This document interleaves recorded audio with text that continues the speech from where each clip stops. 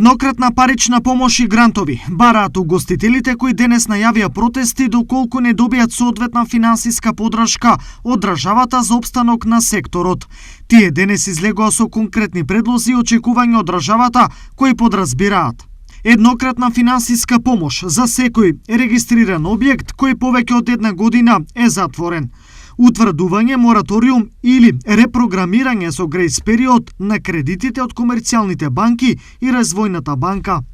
Грант за сите регистрирани угостителски објекти поделени во 3 категории врз основа на големината на бројот на вработени.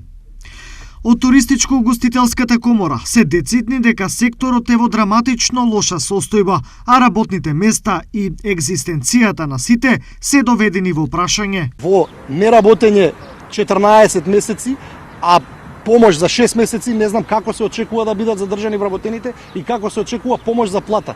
Помошта за плата безусловна требаше многу поодамна да се прогласи, се додека траат рестрикции во угостителството да има поддршка за плати, за оние што имаат пад на работата. Тоа беше логично да се случи. Угостителите со последните рестриктивни мерки повторно се целосно затворени, а владата најави дополнителна помош за нив, но до сега конкретни предлози нема, тврдат од комората. Меѓутоа, за жал, до сега, освен ветувања за тоа и континуирано задоцнување на сите мерки, друго не видовме. Поради ова, од 20 април, вработените во угостителскиот и туристичкиот сектор најавуваат континуирани протести и останување пред институциите, се до исполнување на барањата.